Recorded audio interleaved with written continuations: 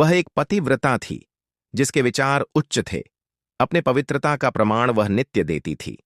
रोज सुबह वह छलनी लेकर नदी किनारे जाती और कहती कि यदि मैं सच्ची पतिव्रता हूं, पवित्र हूं, तो इस छलनी में पानी ठहर जाए। पतिव्रता के पुण्य प्रभाव से उसके शब्द सच हो जाते।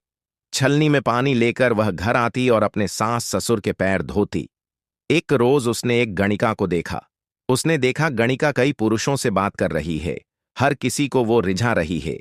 जो भी उसका उचित मूल्य देगा, उसे उस रात्रि उसका संग मिलेगा।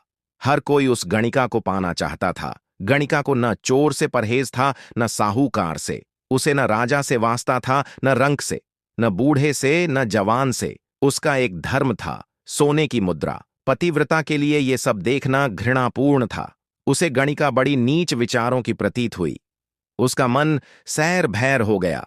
अपना मन हल्का करण हेतु वह अपनी पड़ोसन से मिली। उसने अपनी पड़ोसन से न जाने गणिका की क्या क्या पीठ पीछे निंदा की। दिल को पूरा हल्का कर वह घर लौटी। दूसरे दिन प्रातः वह हमेशा की तरह नदी पर छलनी में जल भरने गई। उसने वही कहा जो रोज कहती थी, यदि मैं सच्ची पतिव्रता हूं, पवित्र हूं, तो इस छलनी में पानी ठहर जाए। पर यह क्या हुआ? छलनी में जल रुका ही नहीं। उसने कई बार कोशिश की, पर पानी छलनी में रुका ही नहीं। अतः वह खाली छलनी लेकर घर पहुंची। खाली छलनी देख ससुराल वालों ने उसे कहा, यह क्या बात हुई? इसका अर्थ तुम कलंकिनी हो। तुमने अपनी पवित्रता भ्रष्ट की है। पतिव्रता के पास अपने पवित्रता का कोई और प्रमाण था ही नहीं। ससुराल वालों ने उसे घर छोड़ जाने को कहा। रोती बिलखती पतिव्रता मजबूर होकर वहां से निकली और दर दर की ठोकर खाने लगी। उसे किसी ने सहारा नहीं दिया। किसी पेड़ की छांव में बैठ जब वो अपना भाग्य कोस रही थी, तो संयोग से वहां एक ज्ञानी महात्मा प्रकट हुए। उनसे पतिव्रता का दुख देखा न गया। उन्होंने पतिव्रता से कारण पूछा और वे समझ गए। उन्होंने बड़ा विचित्र मार्ग बताया।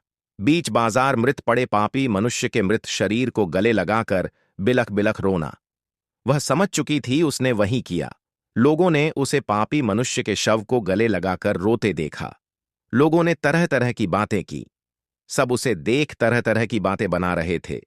पीठ पीछे उसकी निंदा कर रहे थे। कुछ देर बाद वह उठी और सीधे नदी पर पहुंची।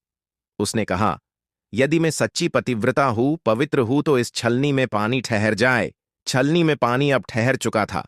फिर छलनी में जल भर अपने सास ससुर के पैर धोते हुए अपने पतिव्रता होने का प्रमाण पूर्ण किया। इससे हमें यह सिख मिलती है कि मनुष्य को निंदा नहीं करनी चाहिए। उससे मन कमजोर होता है। दूसरों की निंदा करने से हमारा पुण्य कम होता है। किसी की भी आलोचना सामने करे, न कि पीठ पीछे। आपको ये कहानी कैसी लगी कमेंट करके अवश्य बताएं। क्या आप इस कहानी से सहमत हैं?